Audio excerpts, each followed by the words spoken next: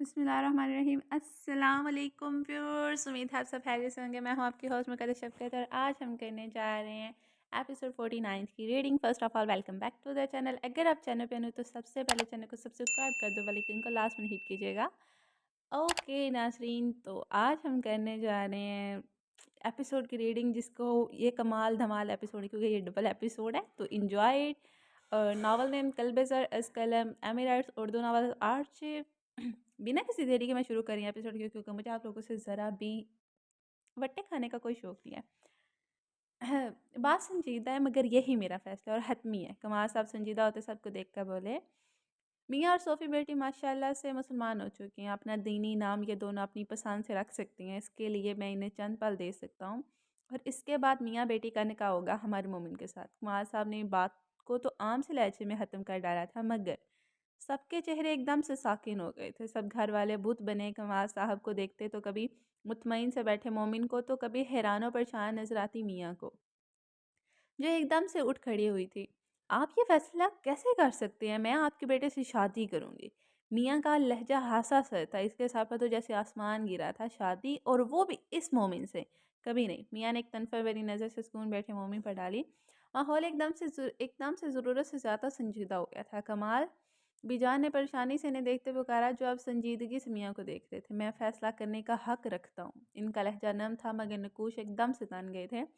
उन्होंने मियाँ को देखते इसके बाद का जवाब दिया था। किस हक से? मियाँ दो बदू बोले, तुम्हारे ताया होने के हक से। कौन? मियाँ को लगा इसके कान बजे हैं। वो बेयकीनी से बोली, तुम्हारा अंकल, तुम्हारे डैड सलीम का बड़ा भाई हूँ मैं, और तुम लोग इस वक्त अपने घर पर मौजूद हो। कमाल साहब ने बड़े ही आराम से मियाँ के साथ सबके सरों पर बम फोड़ा था। मियाँ की ज़ुबान को तो जैसे ताला लग गया था। बोलना चाहा मगर बोल ना पाई, अल्फाज जैसे ख़त्म ही हो गए थे। जहाँ वो बुत बनी रह गई, वहीं सोफ़ी को भी कमाल साहब की अब की कही बात और सबके चेहरे देखते किसी हद तक बात की समझ आई थी कि शायद सामने बैठे ओल्ड मैन इसके अंकल थे, इसके डैड के भाई। वो सिर्फ सोच ही सकी। सब शौक से होकर रह गए थे। लाउंज में खामोशी इस कदर फैल गई थी कि रात की साएं साएं करती आवाज़ें वाज़ेह सुनाई देने लगी थी। बीजान की आंखों से खामोश आंसू बह निकले थे। वो मियाँ और सोफ़ी को बिना पलक झपके देखी जा रही थी। मैं कैसे मान लूँ आप मेरे अंकल हैं? मियाँ को अपनी आवाज़ गहरी खाई से आती मालूम हुई थी। इसके पूछने पर कमाल साहब ने कमीज़ की जेब में हाथ डालते एक चैन बाहर निकाली और पुरसकून से अंदाज में मियाँ की जाने बढ़ा दी। वो चेन इसके डैड की थी। हज़ार चेनों में से भी मियाँ इस चेन को पहचान सकती थी। वो चेन तो इसकी मामा ने इसके डैड को बर्थडे गिफ्ट दिया था। मियाँ को याद था, वो चेन खरीदने के लिए इससे इसकी मामा इसे बाज़ार अपने साथ लेकर गई थी और इसे बहुत से खिलौने भी दिलवाए था। वो छोटी थी। कामते हाथ बढ़ाते मियाँ ने इस चेन को कमाल साहब से लिया। नज़दीक से देखने पर तो जैसे बात पर मुहर लगी थी कि ये चेन वही थी। एक सवाल इसके जहन में ये भी आया था कि इसके डैड की चेन कमाल के पास क्या कर रही थी? अगर चेन इनके पास होना ही कमाल साहब को अंकल साबित कर रहा था, तो ये जवाब नाकाफ़ी था। इसने सवालिया नज़रों से कमाल साहब की जानिब देखा तो वो बिना तहर के बोल पड़े, इस दिन जब घर में आग लगी तो तुम्हारे बाप ने तुम दोनों बहनों की जिम्मेदारी मेरे हवाले की थी। ज़िंदगी ने इसे इतना वक्त नहीं दिया था कि तुम दोनों को अपनी बिछड़ जाने वाली फैमिली से मिलवा सकता। इस दिन तुम्हारे डैड ने मुझे और मेरे बड़े भाई को दावत पे बुलाया था, मगर जब हम वहाँ पहुँचे तो सब कुछ आग के लपेट में था। आखिरी बात जो मेरे और तुम्हारे डैड के दरमियान हुई वो यही थी कि मेरी बेटियों का ख्याल रखना। इन्हें मैं तुम्हारे हवाले करके जा रहा हूँ। बात करते कमाल साहब की आवाज़ भरा गई थी। ये चेन इसने मुझे दी, और कहने लगा ये इसकी बीवी ने इसे सालगिरह का तोहफा दिया था। जब मेरी बेटियों को अपने बारे में बताओ तो ये सबूत के तौर पर देना, ताकि इन्हें यकीन आ जाए कि तुम मुझसे मुलाकात कर चुके हो। कमाल साहब के मुंह से अपने बाप के कहे अल्फाज सुनते मियाँ को लगा इसके जिस्म से रूह एकदम निकाल ली गई हो और पीछे हाली वजूद का पुतला बचा हो। कमाल साहब की बात का यकीन किया जा सकता था। मियाँ जानती थी कि इसके डैड ने ये चैन इन्हें दिखाने को क्यों कहा था। इसके डैड ने अपने सिवा इस चेन को कभी किसी को छूने तक नहीं दिया था और ना ही कभी भी इसे अपने गले से उतारा था। अगर इस बात को भी वो रद्द कर देती कि माँ साहब ने इस हंगामी सूरत हाल में चेन चुरा ली, तब इन्हें ये कैसे मालूम हुआ कि ये चैन इसकी मामा ने गिफ्ट की थी? बहुत से सवालों के बीच वो फंस कर रह गए थे। इसकी नज़रें अपने हाथ में पकड़ी चेन की जानिब थी। सब घर वाले परेशानी से इसे देख रहे थे। इतना बड़ा इंकशाफ वो सहन नहीं कर पा रही थी। बीजान तो गहरे सदमे के बायस मौजूदा हालत से लातल्लुक़ हुई किसी गैर मरी नुक्ते को देखी जा रही थी। अंकल बेटा मिल गया था, इनका बेटा मिल गया था और फिर इनसे मिले बगैर फिर से बिछड़ गया। ये गम इनसे संभाला नहीं जा रहा था। कमाल जानता था कि इनका सलीम ज़िंदा है, मगर इस माँ को क्यों ना बताया, जो बरसों से अपने बेटे के खो जाने के गम दिल में दबाए खामोशी से झेल रही थी। सोफिया बेगम तो खुद कम जमाल के ज़िक्र पर सोच में पड़ी थी। क्या दोनों भाई राब्ते में थे? इनका अपना दिल ढोलने लगा था। ढेरों सवालात ने एक साथ सबके ज़हनों में जन्म लिया था। खामोशी ऐसी थी जैसे वक्त थम गया हो, मगर दिलों में एक तूफान सा मच गया था। सूफी तो अपनी बहन को मुंजमद सा खड़ा देखकर घबरा गई थी। इसने खड़े होते झपटने वाले अंदाज में मियाँ के हाथ से वो चेन ली जो इसके डैड की थी। मियाँ तो ढेरों सोचों के मलबे तले दब सी गई थी। चंद पल की पुरसोच खामोशी के बाद उसने फिर से नज़रें उठाकर कुमार साहब को देखा।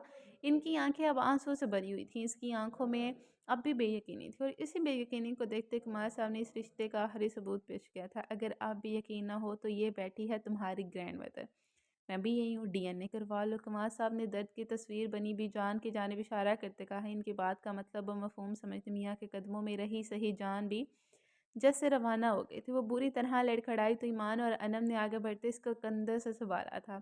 ये दलील काफ़ी थी कि सामने वाला पूरे वसौक से अपना डीएनए इससे मैच करवाने को तैयार था। तो क्या यही सच था कि वो मलिक ख़ानदान की पोती थी? इसका बाप एक पाकिस्तानी था और सामने बैठा पूरा तमाश शख्स इसका ताया था।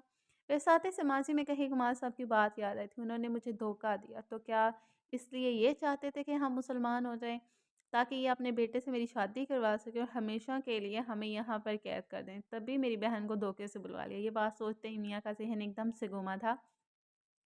वो सारी ज़िंदगी के लिए अपनी बहन के हमरा यहाँ कैद हो जाएगी, ये ख़्याल ही सहानेरो था। सोफ़िया, इन दोनों बहनों के इस्लामी नाम देखो, मैं तब तक मौलवी साहब से मिलकर आता हूँ। आज ही सारी कार्रवाई पूरी हो गई। कुमार साहब अपनी बात पर ज़ोर देते उठ खड़े हुए थे, जबकि इनकी बात सुनते मियाँ को अपना सांस बांध होता महसूस हुआ था। वो एकदम से होश में आती चीख पड़ी थी, मैं आपके बेटे से शादी नहीं करूँगी। आपने धोखा किया है मेरे साथ, अपने वादे पर कायम रहें। आपने कहा था हम दोनों बहनों के मुसलमान होने के बाद आप हमारा पीछा छोड़ देंगे। वो हज़ियानी अंदाज में चलाती ईमान और अनम से अपना बाजू छुड़वाने की कोशिश करने लगी थी। अगर वो छोड़ देती तो यकीनी था कि मियाँ गुस्से के ज़ेरे असर कुमार साहब का गिरेबान पकड़ लेती। मोमिन ने अब तक पहली बार अपना झुका सर उठाकर मियाँ को देखा था। वो इस वक्त पागल सी मालूम हो रही थी। इसकी अबतर होती हालत देखते मोमिन सोच में पड़ा था। कुमार साहब ने रुक कर एक नज़र सबको देखा, फिर माँ को देखा जो हर जज्बे से आ रही कब से ट्रांस की कैफियत में बैठी हुई थी। घर का हर फैसला लेने का इख्तियार इनके पास था, मगर अभी इनकी हालत ऐसी ना थी कि वो कुछ भी समझ पाएँ। कुमार साहब को डर था कि मियाँ पाकिस्तान में नहीं रुकेगी और वो पहली ही फुर्सत में यहाँ से हमेशा के लिए चली जाएगी। ये सोचते ही कुमार साहब का दिल डूबा था। इसी वजह से वो जल्द अज जल्द निकाह मोमिन से करते किस्म के इसे रोकने की कोशिश कर रहे थे। आपको सुनाई नहीं दे रहा? मैं नहीं करूँगी आपके बेटे से शादी, और आप मुझे इसके लिए फ़ोर्स नहीं कर सकते। ईमान बोलो ना इनसे। मियाँ बेबसी से चलाती ईमान को देख कर रो पड़ी थी। इसका बस नहीं जा रहा था कि वो अपनी आँख को छुड़वाती, इन्हीं कदमों में अपनी बहन को लेती, इस घर से भाग जाती और मुड़कर वापस ना देखती। मगर अब वो जाल में पूरी तरह फँस चुकी थी। इसे कैद कर लिया गया था और शायद अब सब इस पर दबाव डालते या इसे टॉर्चर करते, और इन सब के सामने वो अकेली जान इस अनजान मुल्क में कितना ही लड़ पाती। मियाँ ये सब सोचते ही मज़ीद घबरा गई थी। इसके लिए अपनी फैमिली मिल जाने से ज़्यादा ये बात खतरनाक थी कि वो इसकी ज़बरदस्ती शादी करवाना चाहते थे। सोच सोच कर वो पागल होने लगी थी कि सूफ़ी तो अपनी बहन की हालत देखते रो पड़ी, तो ज़रमीना ने इसे अपने साथ लगाते प्यार करते तसल्ली दी थी। वो यकीनन अपनी बहन के लिए लड़ पड़ती, मगर मियाँ के कहे के मुताबिक खामोश रही। मैं मर जाऊँगी मगर आपके बेटे से शादी हरगिज़ नहीं करूँगी, छोड़ो मुझे। वो हल्के के वाल चीखती अपना आप अनम और ईमान की गिरफ्त से छुड़वाने की भरपूर कोशिश कर रही थी, जबकि इन दोनों ने हालात के पेश नज़र से मजबूती से थाम रखा था। ऐसी हालत में न जाने वो खुद के साथ क्या कर बैठती। इसी डर के सिवा वो इस पर गिरफ्त मजबूत किए हुए थी। मियाँ ने ढाल होती बेहोश होने के दर पर थी।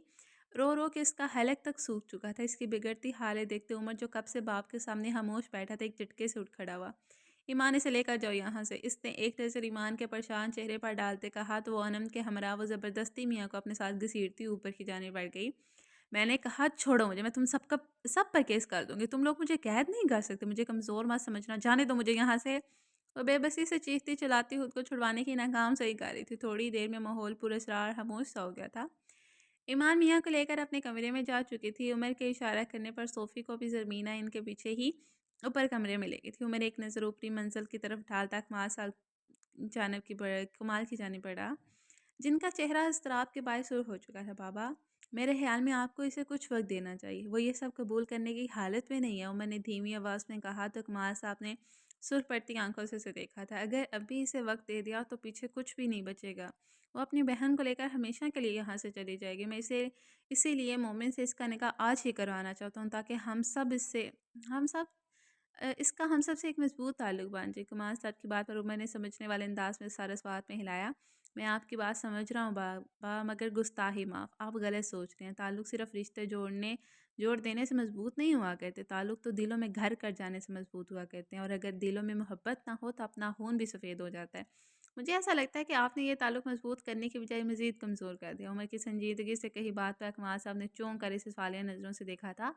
आखिर वो कैसे ताल्लुक कमज़ोर कर सकते थे? वो तो चाहते थे कि इनके भाई की औलाद इनसे कभी ना बिछड़े। उमर सही कह रहा है कुमार साहब, आपने बच्ची को डरा दिया और इसे लग रहा है कि हम इसके साथ ज़बरदस्ती करेंगे और इसे हमेशा के लिए यहाँ पर कैद कर देंगे।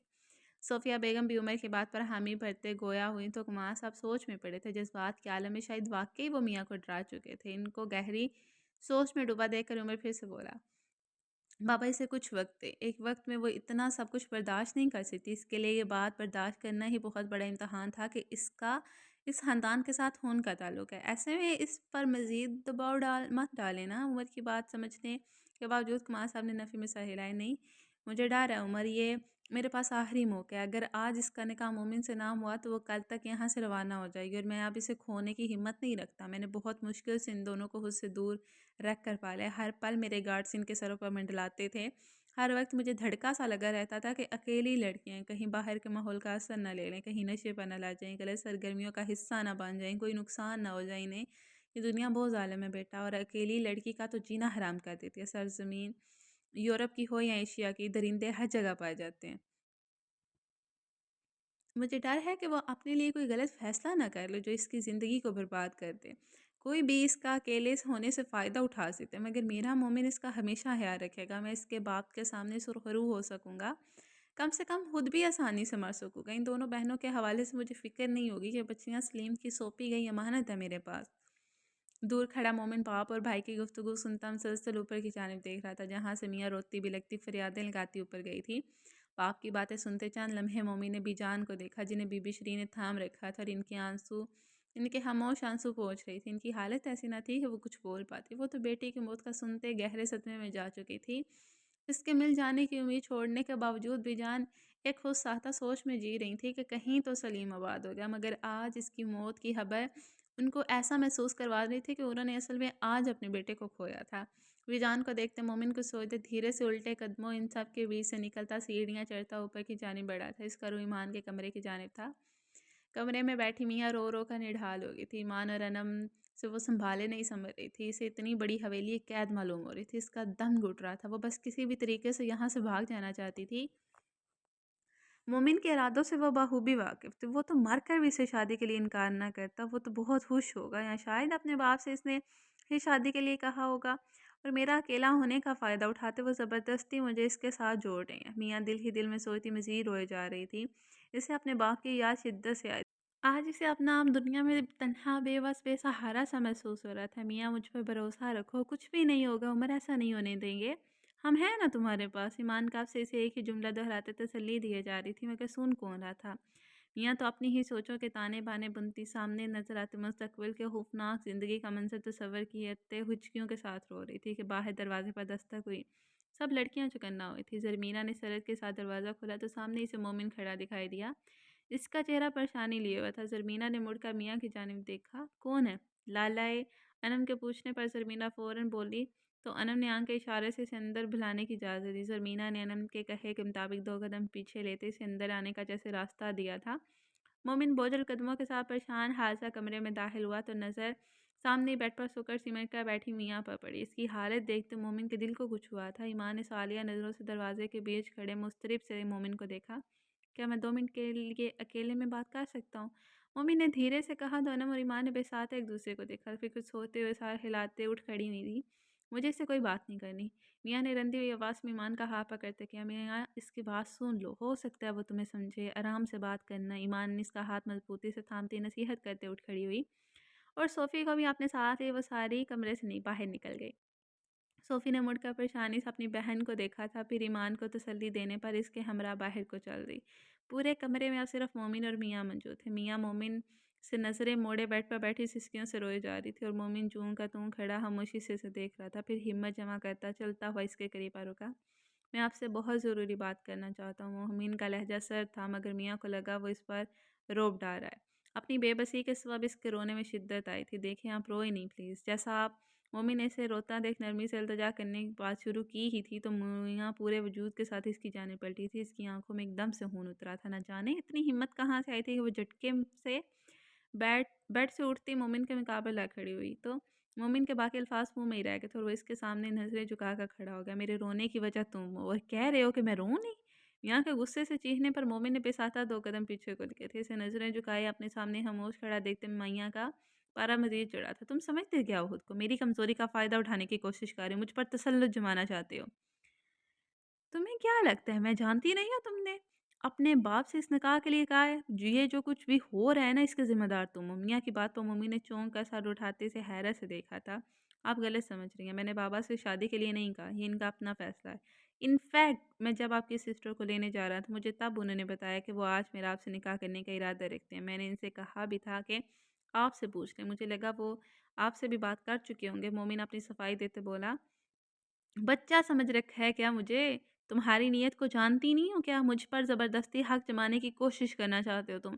आज जो दिन मैंने तुम्हें कहा इसका बदला लेना चाहते हो। मेरा हाकिम बनने की कोशिश कर रहे हो। तुमने अपने बाप से कहा कि इस शादी के लिए एक कमज़ोर लड़की का फ़ायदा उठा रहे हो तुम। यही तो करते हो तुम पाकिस्तानी लड़की, मजबूर लड़कियों की मजबूरी का फ़ायदा उठाते हो। बस चल गया, पता कि आगे पीछे कोई वाली वारिस नहीं, तो जैसा चाहो कर डालो। क्या यही कर लेगी? क्या ही कर लेगी, है ना?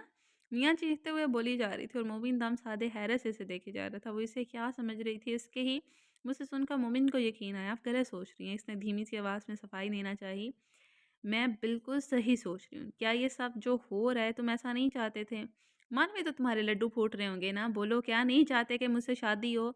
मियाँ का लहजा सर से सख्तरीन हो चुका था, आंसू खुश्क हो चुके थे और चेहरा गुस्से से फूल चुका था। आप मेरे बारे में गलत सोच रही हैं। हाँ, करता हूँ आपको अच्छी लगती हैं आप मुझे और शादी भी करना चाहता हूँ क्योंकि मोहब्बत करता हूँ आपसे। मम्मी ने एक ही सांस में साफ कह डाला था। इसकी बात सुनते मियाँ तंजिया हंसी हंसने लगी तो मम्मी ने हैरान नज़रों से इसे देखा था। वो हंस क्यों रही थी मम्मी समझ ना पाए। मोहब्बत, यू मीन लव, राइट? जानते भी हो होती क्या है मोहब्बत? सच तो ये है कि तुम मुझसे मोहब्बत नहीं करते। लड़कियों की आज़ाद लाइफ तुम टिपिकल सो कॉल्ड पाकिस्तानी मर्दों से बर्दाश्त नहीं होती ना।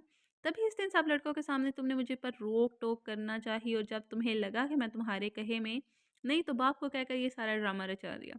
जब इस सब का मकसद सिर्फ मुझे कैद करके रखना है, मुझे नीचा दिखाना है, कमज़ोर महसूस करवाना है, तुम्हारी इस मैन नीगो से मेरी आज़ाद इंडिपेंडेंट लाइफ बर्दाश्त नहीं हो रही ना।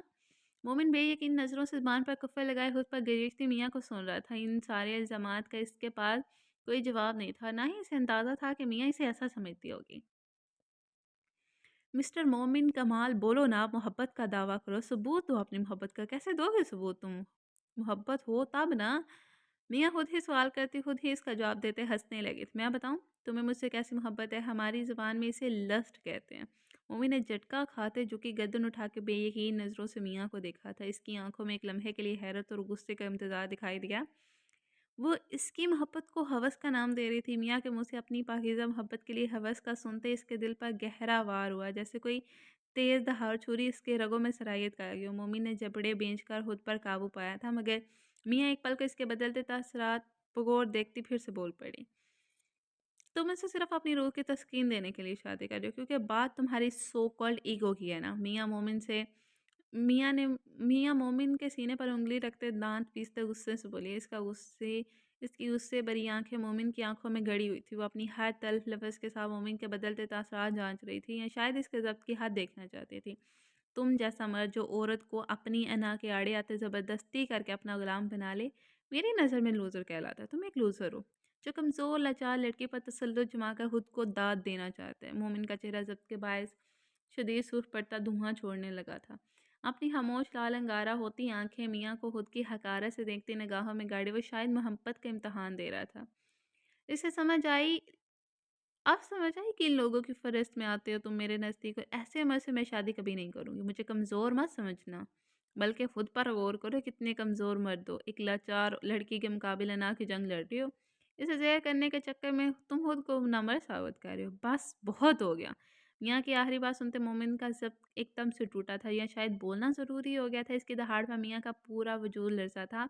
बहुत कह चुकी हैं आप और बहुत सुन चुका मैं। और इश्तियाल बड़ी नज़रें मियाँ पर गाड़े इसकी जाने पड़ा था। मियाँ से बहुत गौर से देख रही थी। खुद के असाबों पर बमुश्किल काबू पाते मोमिन ने अपना हाथ की मुठ्ठियाँ बिंची, बाजू कमर पर बांध लिए थे, कहीं गुस्से में वो मियाँ को नुकसान ही ना पहुँचा दे। वो गुस्से से फट ही पड़ा था। बारी मियाँ के सुनने की थी, मगर वो तो मोमिन का गज़ब ढाता चेहरा देखते ही लरसने लगे थे। मासूम से दिलकश चेहरे का मालिक मोमिन इस वक़्त मियाँ की पहचान में नहीं आ रहा था। वो डर के पीछे कदम लेती मोमिन की सुनती जा रही थी। बहुत अफ़सोस हुआ जानकर कि आप मुझे ऐसा समझती हैं। सबूत चाहिए ना आपको मेरी मोहब्बत का, मर्दानगी देखना चाहती हैं आप मेरी? तो अब मैं आपको दिखाऊँगा कि असल मर्दानगी क्या होती है। मोमिन गुस्से से गरजा था और इसकी गरजती आवाज़ में ऐसा दर्द था कि कमरे की दीवारें तक लर्ज़ उठी थी। इसकी आवाज़ गुस्से की इंतहा के शिद्दत के बायस काँपने लगी थी। दिल था कि धक-धक करता पसलियाँ तोड़कर बाहर आने को तैयार था। नकूश तन चुके थे और जोश मारता खून गरम उबाल खाता हर शय मलिया मीट करने पर तुला था। मोमिन की दहाड़ सुनते और अपनी जानिब बढ़ते कदम देखकर मियाँ को लगा इसने बड़ी गलती कर दी हो। तो क्या वो अपनी मर्दानगी दिखाने वाला था? मोमिन के इख्तियार में अपनी जानिब बढ़ते कदम देखकर मियाँ चीख उठी थी। इसने खौफ के ज़ेरे असर अपने चेहरे पर हाथ जमा लिए थे। नहीं प्लीज़ मेरे साथ कुछ मत करना, प्लीज़ मेरे करीब मत आओ, सॉरी सॉरी प्लीज़ रुक जाओ। इसकी होश से काँपती आवाज़ ने मोमिन के भड़कते कदमों को रोका था। वह एक बार फिर चौंक कर रुकता बेयकीनी से मियाँ को देखने लगी। चंद पल किसी किस्म का रद्द-ए-अमल मुकाबिल की जानिब से होता न देख मियाँ ने धीरे से हाथ हटाकर मोमिन की जानिब देखा, जिसकी आंखें आंसुओं से भरी हुई थीं। वह अपनी सोच जलती आंखों से मियाँ को देख रहा था। इसकी आंखों में बेयकीनी के आंसू देखकर मियाँ को अचंभा सा हुआ था। वह यकटक इसे देखने लगी। मोमिन ने नफ़ी में सर हिलाया, फिर अंधी हुई आवाज़ में बोला, कितनी पस्त जगह पे आपने मुझे अपने दिमाग में सोच रखा है। आपको लगता है मैं ऐसे ऐसे आपको अपनी मर्दानगी दिखाऊंगा। इसकी आवाज़ ना चाहते हुए भी ऊंची हो गई थी और मियाँ सुन सी खड़ी इसकी हालत देख रही थी। मुकाबल का रद्द-ए-अमल गैर मुतवक्का था। जानते हैं औरत पर ज़ोर दिखाना मोमिन के नज़दीक इसे मर्दानगी नहीं बेगैरती कहते हैं। औरत कभी कमज़ोर नहीं होती, नाजुक होती है, हसास होती है। और एक मजबूत मर्द नाजुक औरत से मुकाबला करता या अना दिखाता अच्छा ही नहीं लगता, बल्कि मर्द ही नहीं लगता। बात करते वो रुका था, इसे लगा इसका दिल फट जाएगा। उंगली से अपने दिल की जानिब इशारा करते वो धीमा सा बोला, जानती हैं आपके अल्फाजों से यहाँ यहाँ तकलीफ़ हो रही है। अपने दिल की जानिब इशारा करते इसे फिर से गुस्सा आया। अरे लानत है मेरी मर्दानगी पर, अगर आपको मुझसे डर लगता है, आपको मेरी मोहब्बत हवस लगती है। वो एकदम से फिर दहाड़ा तो मियाँ सहम से गई थी। आंखें फाड़े इस बिफरे शेर को देखने लगे थे, जिसकी बुलंद दहाड़ इसके कानों को सुन कर गई थी। मोमिन चलता हुआ मियाँ के करीब आया तो अब की बार वो पीछे नहीं हटी थी। वो इसके बिल्कुल सर पर आ पहुँचा था। मैं आपसे सिर्फ यही कहने आया था कि जैसा आप चाहेंगी वही होगा, मगर आपने इससे पहले ही बहुत कुछ कह दिया। आपने मुझे गलत मर्दों की फ़हरिस्त में डाला है। मैं इन मर्दों में से नहीं हूँ जो अपनी मर्दानगी का सबूत सिर्फ एक ही तरीके से देना जानते हैं। मैं आपको अपनी मर्दानगी जिस्मानी ताकत से नहीं दिखाऊँगा, बल्कि ज़हनी ताकत से दिखाऊँगा। मेरी जिस्मानी ताकत का ज़ोर आप पर नहीं चलेगा, इन पर चलेगा जो आप पर ज़ोर डालने की कोशिश करेंगे। मेरे होते हुए शादी तो दूर, आपको यहाँ से वापस इंग्लैंड जाने से भी कोई नहीं रोक सकता, और ये एक मर्द का वादा है आपसे। मोमिन के कहे अल्फाज़ों पर मियाँ तो दंग रह गई थी। वो अजीब तासुर से इसे देख रही थी। वो जो तस्वीरें पाकिस्तानी मर्दों के बारे में अपने ज़हन में रखती थी या इसने जैसा सुना था, मोमिन तो वैसा नहीं निकला। वो सोच कर रह गई। और अगर किसी ने मुझे यहाँ रोकने की ज़बरदस्ती कोशिश की तो? मियाँ ने दिल में उभरते खदशे के बायस जैसे इसके कहे अल्फाजों से इसकी तस्दीक चाही थी। है कोई माइका लाल तो आपके रास्ते में हायल होकर दिखाए। बाखुदा जान से जाएगा। मोमिन एक एक लफ्ज़ दांतों तले छिपा कर कहता मियाँ को वहीं पर साकित छोड़ते तेज़ कदमों से कमरे से निकल गया। बेचैनी से राहदारी में चक्कर लगाती ईमान ने मोमिन को अपने पास से तीर की तेज़ी से गुजर कर जाते देखा था। इसकी सुर्ख आंखों में आंसू और चेहरे पर खौफनाक तासरात देखते ईमान के रोंगटे खड़े हुए थे। वह एक पल को वो इसकी पहचान में नहीं आया था। ईमान को गुमान हुआ वो मोमिन नहीं। इसने सालिका नज़रों से अनम को देखा, जो मोमिन के दूर जाती पुष्ट को जांचती नज़रों से देख रही थी। फिर एकदम से ईमान की तरफ पलटी। ईमान अंदर चलो। वो गुस्से में था और इसका गुस्सा बहुत खतरनाक होता है। वो पागल हो जाता है गुस्से में। ना एकदम से बुखला गई। इसे मियाँ का ख़्याल आया था। ईमान अंदर चलो। वो गुस्से में था और इसका गुस्सा बहुत खतरनाक होता है। वो पागल हो जाता है गुस्से में। अनम एकदम से बौखला गई थी। इसे मियाँ का ख़्याल है। वो दोनों घबरा कर जल्दी से कमरे में आई तो सामने ही मियाँ बुत बनी सही सलामत खड़ी दिखाई दी। मियाँ तुम ठीक हो? ईमान इसकी जानिब लपकी, जबकि अनम ने हैरत से पूरे कमरे का जायज़ा लिया था। साफ़ सुथरा कमरा देखते इसके चेहरे पर एकदम से उलझन के तासरात नुमायाँ हुए थे।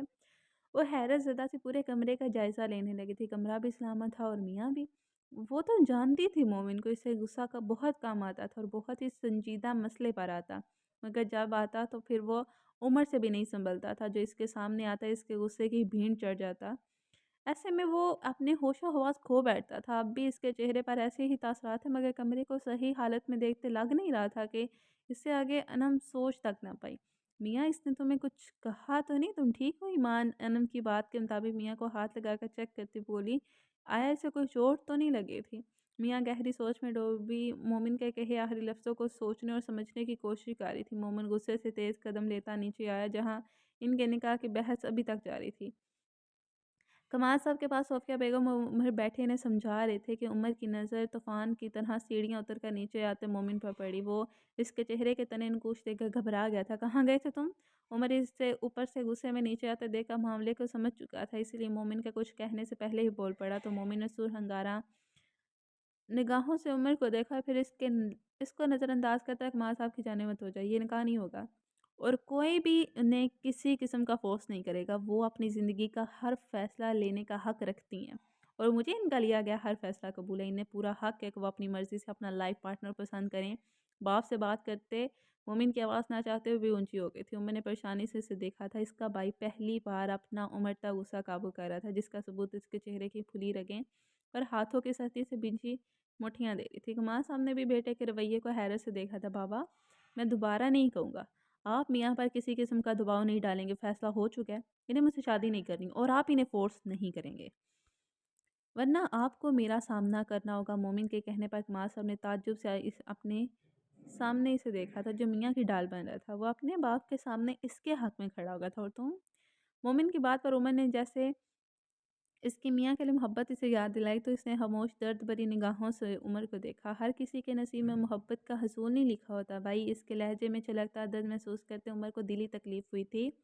मोमिन इतना कहता लंबे डग भरता घर से बाहर निकल गया।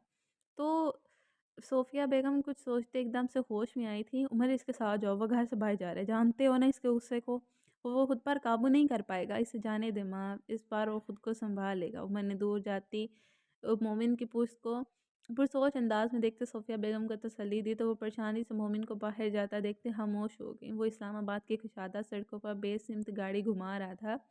हाथ स्टीयरिंग पर मजबूती से जमाए वो गाड़ी की रफ्तार बढ़ता जा रहा था। इसे नहीं मालूम था कि जाना कहाँ है और ना ही रुकने की कोई ख्वाहिश थी। वो बस किसी भी ज़रिए से खुद को पुरसकून करना चाहता था। ज़हन में बार-बार मियाँ की कही बातें गूंज रही थीं। दिल चाहा कि ज़मीन फटे और वो इसमें समा जाए। गहरे सांस भरता वो अपने गुस्से को कंट्रोल कर रहा था। कुछ सोचते इसने गाड़ी का रुख एकदम से अपने दोस्त के जिम की जानिब मोड़ दिया और चंद पलों की देर में ही वो वहाँ मौजूद था। अपना सारा गुस्सा और गम इसने अपने सामने लगे पंचिंग बैग पर उतारना था। तेने नकुश के साथ पंचिंग बैग को घूरते इसने अपनी मुट्ठियाँ पूरी कुव्वत से भींच ली और पहला मुक्का इतने ज़ोर से मारा कि बैग झूलकर सामने दीवार से जा टकराया। फिर एक मुक्का, फिर दूसरा और इसी तरह अनगिनत मुक्के एक के बाद दिगरे वो मारता चला गया। सारा दिल का गुबार इसने पंचिंग बैग पर निकाल दिया। मुसलसल हरकत से इसका सांस फूलने लगा था और पेशानी सारी अलकलूद हो गई। ज़िंदगी में पहली बार इसने अपने गुस्से पर काबू पाया था, वरना जब भी वो गुस्से में होता तो वो खुद पर काबू नहीं रख पाता था और पागलों की तरह जो सामने आता वो तोड़ फोड़ कर रख देता। इसका मजाक गर्म नहीं था, मगर जब इसे गुस्सा आता तो वो उम्र के गुस्से के भी रिकॉर्ड तोड़ देता। कुछ बोलो ना, गूंगी क्यों बन के बैठ गई हो? ईमान, जो कब से मियाँ को गहरी सोच में डूबा खामोशी से देखी जा रही थी, वो कब से इसके बोलने के इंतजार में थे। अनम को भी तजस्सुस था, आखिर को इन दोनों के बीच ऐसी क्या बात हुई कि मियाँ पुरसुकून दिखाई दे रही थी और अब आप भी किसी गैर मरी नुक्ते को देखती सोचों में डूबी थी कि ईमान के झंझोड़ने पर होश में आती इसे अजीब नज़रों से देखने लगी। क्या हुआ ईमान? इसका मबहम चेहरा देखते सवाल किया, तो मियाँ एकदम से कुछ कहने को सीधी हो बैठी। वो बहुत अजीब है। पहला जुमला इसके मुँह से निकाला भी तो क्या, ईमान तो ना समझ पाई और ना ही बाकी लड़कियाँ। मतलब? अनम ने पूछा। मियाँ, क्या बात हुई तुम दोनों के बीच? ईमान ने इसका हाथ थामते नरमी से पूछा, तो वो ईमान को देखते तंजिया मुस्कुराई। बात नहीं, जंग हुई है। मियाँ गुमसुम से अंदाज में बोले। इसका जहन भटक कर फिर से मोमिन की बातों पर जा टिकता। कैसी जंग? इस बार अब की बार हानि ने भी तजस्सुस से पूछा। किरदार की जंग। फिर? ईमान ने इसके चेहरे को पढ़ने की कोशिश की थी। फिर क्या? पूछो, जीता कौन?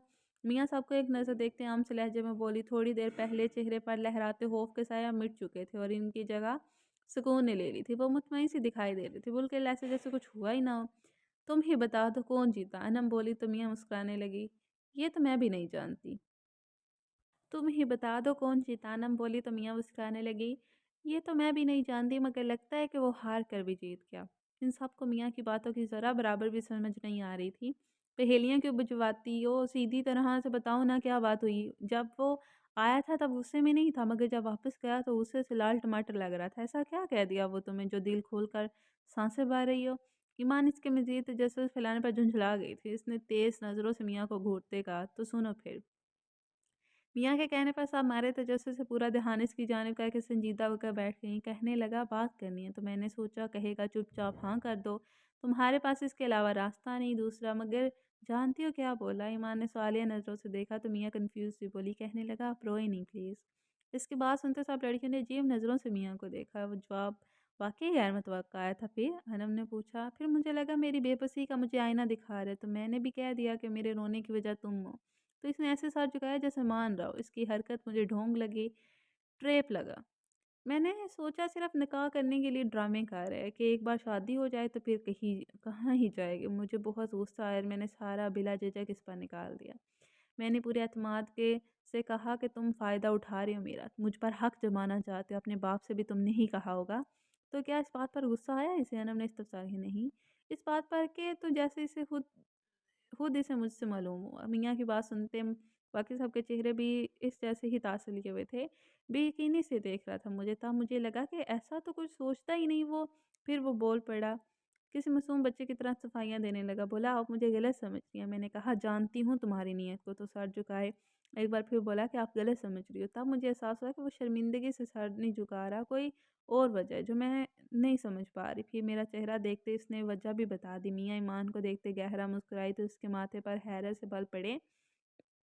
ऐसा कि बोली, कब से चुप जरमीना ने भी मियाँ का चेहरा देखते बेसाख्ता पूछा। बोला, पसंद करता हूँ आपको, मोहब्बत होगी आपसे। मियाँ का इतना कहना था कि सबके चेहरों के तासरात बदले थे। तो क्या इसने तुम्हें प्रपोज किया और तुमने यकीनन इनकार कर दिया, तभी से गुस्सा आया। अनम ने खुद से वजह तलाशने तुक्का लगाया तो मियाँ इसकी बात पर मुंह चढ़ाया, नहीं भई, इस बात पे भी इसे गुस्सा नहीं आया था।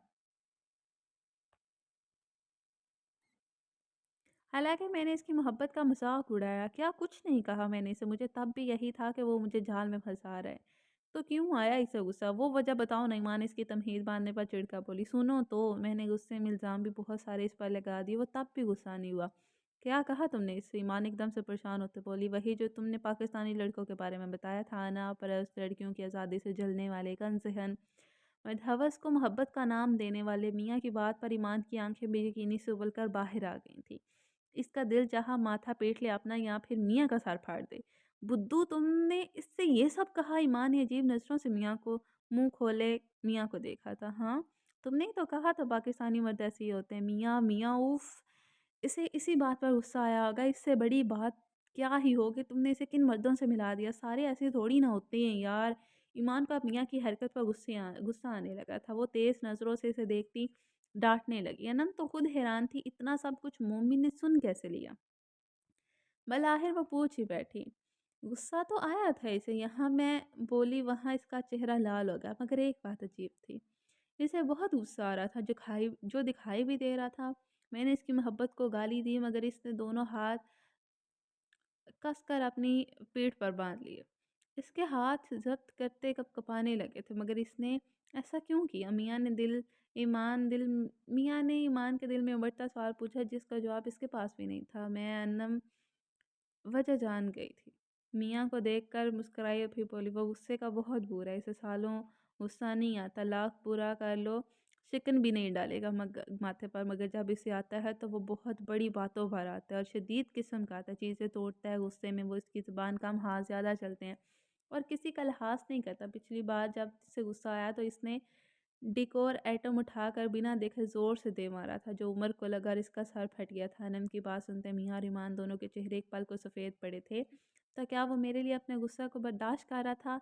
मियाँ ने बेयकीनी के आलम में अनम को देखा तो इसने मुस्कुराते सारे इस बात में हिला दिया। मियाँ तो हैरत के समुंदर में गोताजान होने लगी थी। तो फिर आज मुझे नई ज़िंदगी मिली। मियाँ हैरान और परेशान सी मामले की गहराई को समझ रही थी। वो सरासर गलत थी। मोमी ने अपनी सच्ची मोहब्बत का सबूत तो तभी दे दिया था जब वो गरजती गुस्से में जाने क्या कुछ कह गई थी। मियाँ ये तुमने क्या किया यार? इतना कुछ बोलने की क्या ज़रूरत थी? जानती ही कितना थी तुम इसे? जो सारी सुनी-सुनाई बातें इस पर फिट कर डाली, एक मर्द की पुरहलूस मोहब्बत को तुमने लस्ट का नाम दे दिया।